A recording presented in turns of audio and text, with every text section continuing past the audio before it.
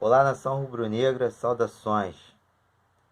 Flamengo 2, Alto 0 pela Copa do Brasil.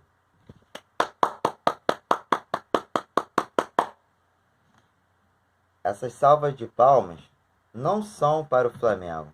Aí você, por quê? Para quem é? Essas salvas de palmas são para o time do Alto. Por quê? Um time do estado do Piauí, um estado extremamente carente financeiramente, em todos os sentidos, até social, ocupa a 18ª colocação do Campeonato Brasileiro da Série C. Um time que no jogo de ida começa a abrir o placar e perde por 2-1 por uma infelicidade do seu zagueiro. E no jogo de volta perde por 2-0, é motivo de vitória. É uma boa lembrança para aqueles atletas que estão ali, que estiveram ali, para passar para os seus filhos, netos, parentes. Olha, eu tive ali naquele jogo e eu dei dor de cabeça para o Flamengo. O Flamengo não jogou nada. Analisando aqui o primeiro tempo, a gente observou que o time continua com uma desestruturação tática, falta de afinidade entre os jogadores, não temos jogadas ensaiadas, esquema tático esquece. Isso a gente já não vê há 5 meses, desde que Paulo Souza entrou no comando da equipe. Para vocês terem ideia, o time no primeiro tempo, ele fez praticamente uma única jogada de efeito, que foi o lançamento do Thiago Maia para o nosso menino Lázaro, nosso menino da base, desculpa aqui. E esse daí jogou para fora. Ele matou a bola, mas não teve tranquilidade e jogou por cima. Enfim, e nesse primeiro tempo, vocês observaram no decorrer da partida que o Altos ele fez uma linha de 5 até de 10 e o Flamengo não conseguiu ultrapassar essa barreira, para vocês verem a extrema incapacidade do time rubro-negro. E aí termina 1-0 o primeiro tempo. Segundo tempo, ocorreram algumas modificações. Entrou Pablo, Pedro ajudou o time a correr mais. E no decorrer da partida, o Flamengo recebeu um pênalti de presente, se assim a gente pode dizer. E o Marinho ia correr para bater o pênalti. O Gabigol apareceu do nada, pediu a bola, foi lá, marcou 1-0. E nisso a torcida pedindo pelo Arrascaeta. E a Arrascaeta, extremamente constrangido, a gente via pela câmera. Não era um jogo para ele, mas ele entrou como profissional.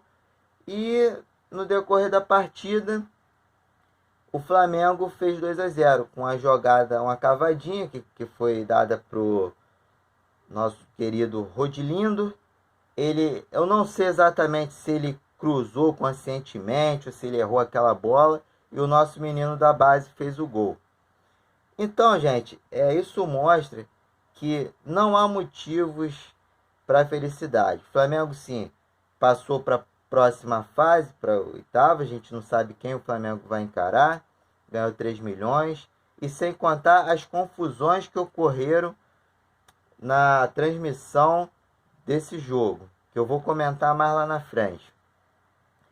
E o que acontece? Eu fiz aqui ontem diversas anotações, e eu gostaria que vocês fizessem o comentário para eu de fato saber se eu estou analisando de forma coerente ou não, se o que eu estou vendo é miragem.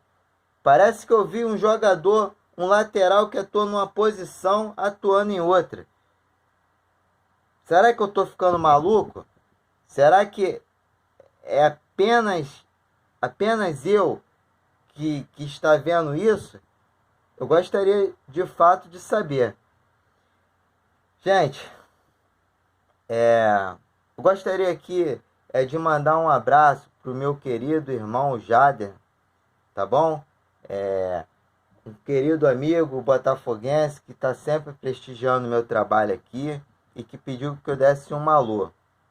Antes de mais nada também, eu gostaria que vocês fizessem a inscrição no canal, desse o seu like, faça os comentários e acione o sininho. Passe esse vídeo para o maior número de pessoas que vocês conheçam, rubro-negros ou não, porque a gente faz um trabalho sério com relação ao nosso time de coração. Eu estou aqui por amor e busco atingir uma meta sim, que é de 1.000 inscritos e 4.000 horas.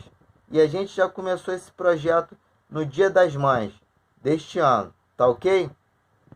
Gente, eu vou fazer uma análise aqui específica em relação a alguns jogadores nessa partida.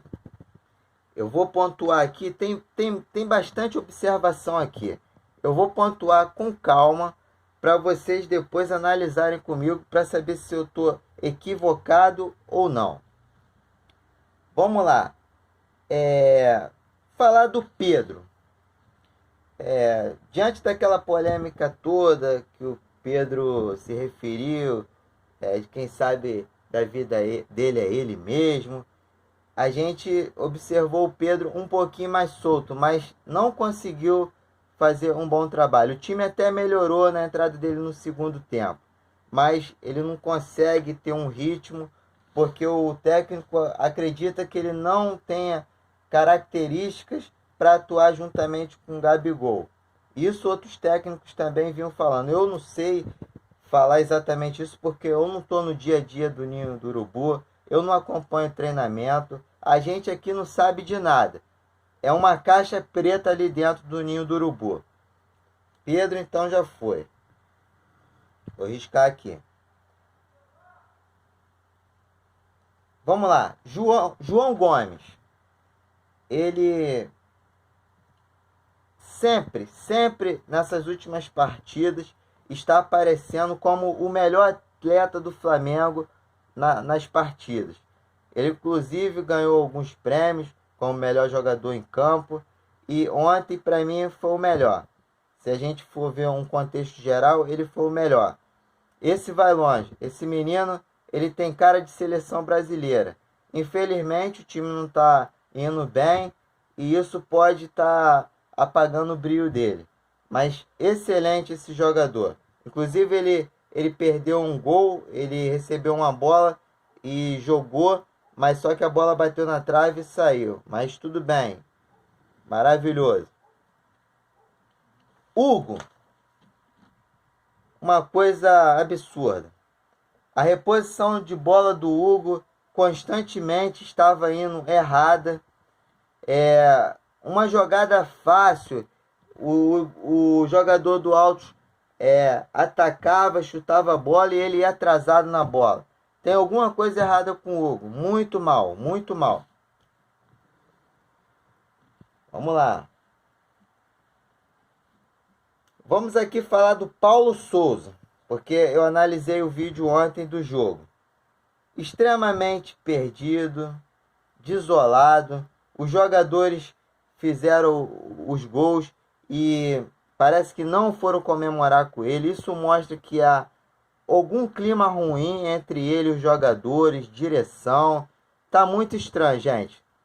Mais uma vez, me perdoe, Paulo Souza, mas esquema tático horrível, desentrosamento total. Se você tinha ciência que o Flamengo ia jogar contra o Altos e ia colocar o time reserva, por que já não vinha treinando o time há mais tempo?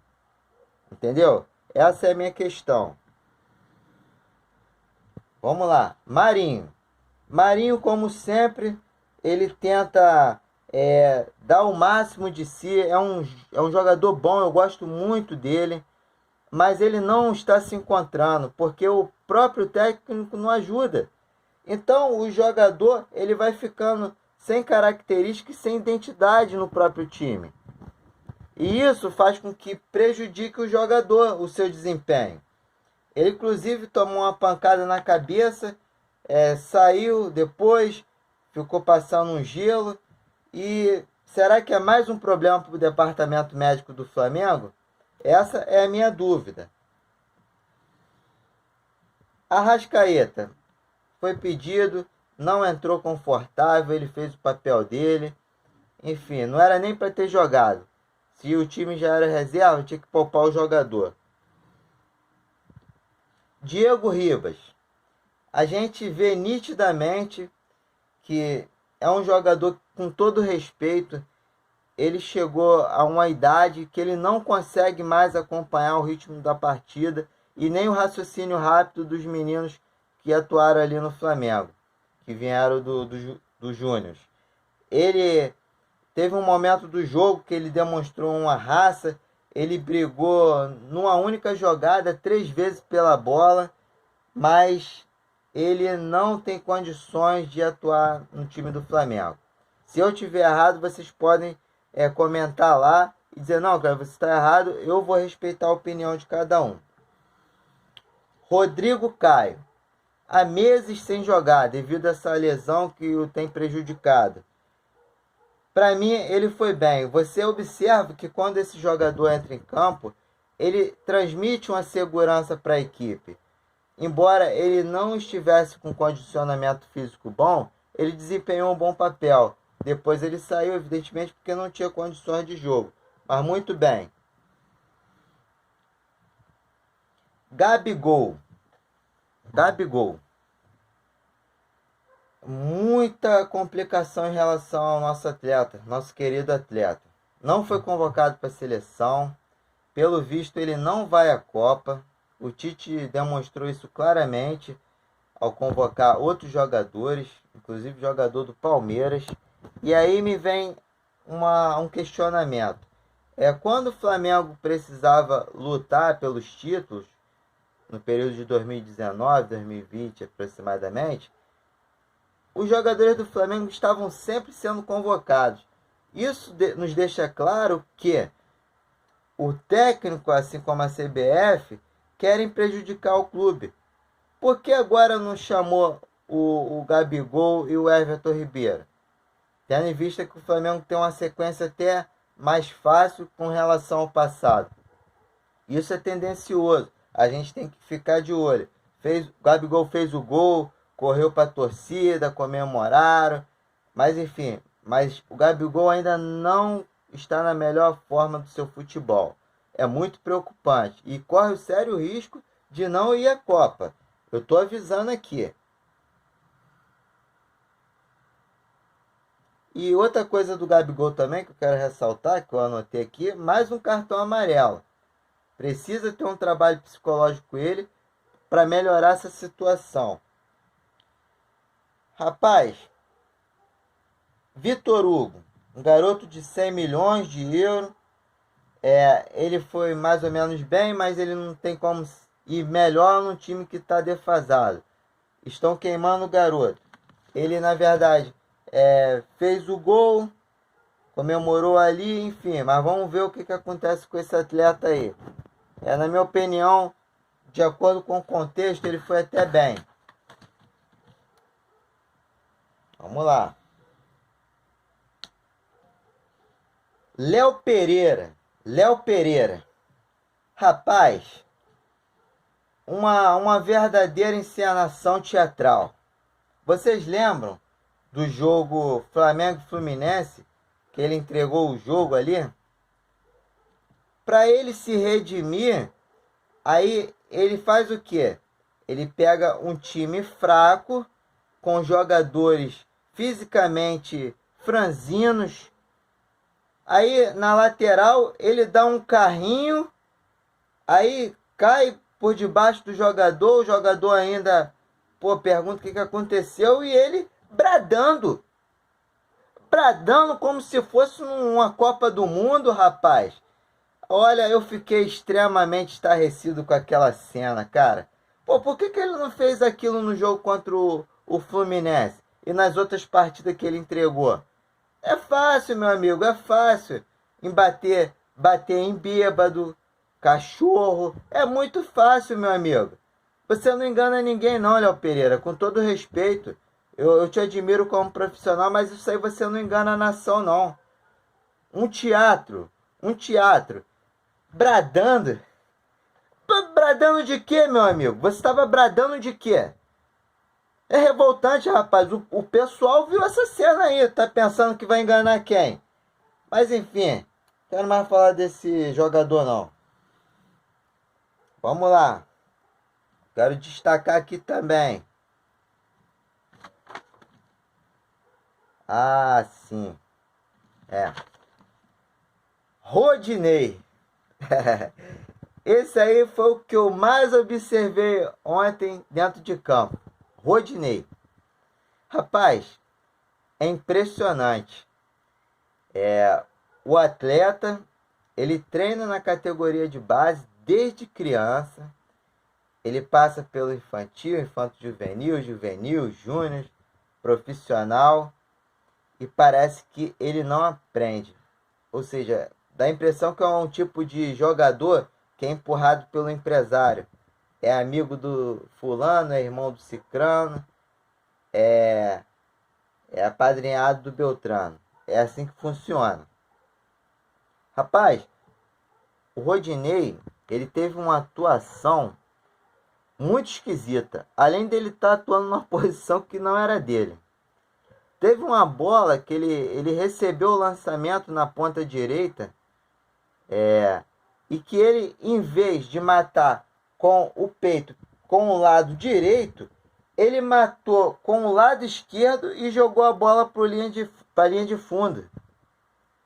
Gente, uma coisa lastimável para um jogador profissional. Me perdoe. Eu já joguei futebol, eu aprendi muitos fundamentos, mas uma jogada daquela não se faz. Ele poderia ter se antecipado a bola, virado de frente para matar, para empurrar a bola para a grande área ali, e ele faria o drible ao mesmo tempo. Ele simplesmente matou a bola para fora. Se vocês verem o tape do jogo, vocês vão observar isso aí que eu estou falando. Outra jogada. Ele veio conduzindo a bola do meio de campo. Ele tentou dar um 3 dedos. Rapaz, ele chutou a grama e não acertou os 3 dedos. A bola foi tão devagar que o cabeça de área do Altos, ele conseguiu recuperar a bola e conduzir um contra-ataque. Esse foi outro. Outra questão. Rodinei, extremamente violento, nervoso dentro de campo. A gente não sabe se ele está com algum problema familiar ou com a esposa. Enfim, a gente não sabe.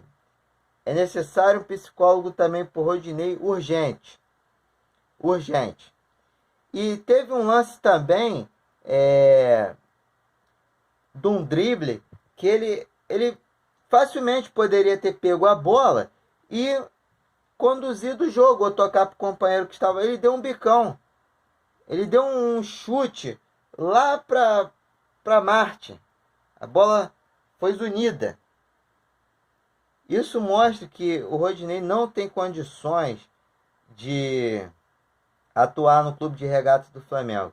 Pior ainda é quem o contrata. Essa direção aí que antigamente falava que tinha um staff, um serviço de inteligência. Procura saber quem está lá no serviço de inteligência do Flamengo. Não vou citar nomes aqui não para dar um trabalhinho para vocês também, com todo respeito.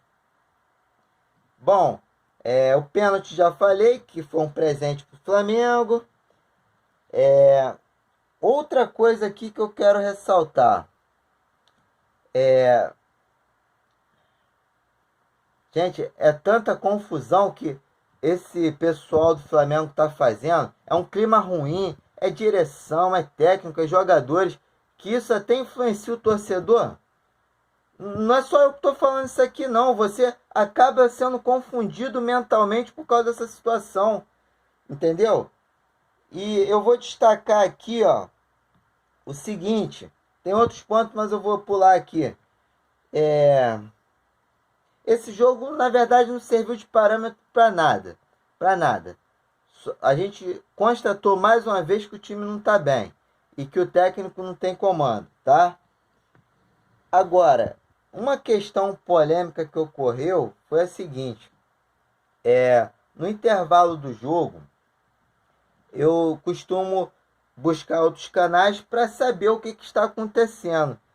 E um youtuber, ele fez uma denúncia ele em transmissão falou que foi coagido por um dirigente do Flamengo, porque ele estava citando que o Flamengo não tinha chutado uma vez no primeiro tempo contra o seu adversário, ou seja, na área do adversário, e que havia uma faixa de represária ao Landim. E nisso gerou uma confusão.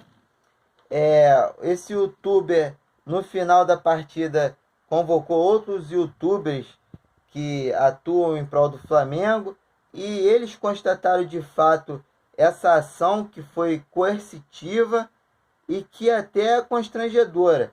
E eu vou até averiguar hoje para saber o desenrolar dessa questão, porque ontem eu estava tão cansado, enfadonho daquele jogo horrível, que eu não apurei as informações. Eu vou apurar e vou passar isso para vocês, tá bom? Para vocês terem ideia, o Altos, no segundo tempo, ele chutou 9 vezes para a área do Flamengo contra 8 ataques do Fla. Isso mostra que o time esteve extremamente horrível naquela partida. Gente, eu vou estar encerrando essa transmissão e na sequência, ou seja, no próximo vídeo, eu vou tentar trazer para vocês maiores informações sobre esse caso, porque a gente tem que ter certeza daquilo que está falando. E todas as informações é segundo o que alguém relatou, que inclusive consta em vídeo. Eu vou averiguar e vou passar para vocês. Eu desejo para vocês um bom dia. Muito obrigado pela audiência. Lembrando